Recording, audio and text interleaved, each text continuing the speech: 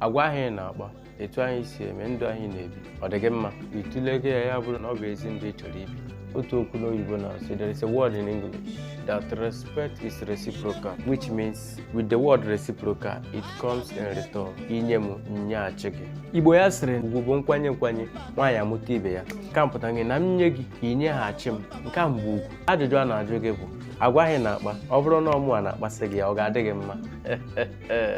I know you will not like this one.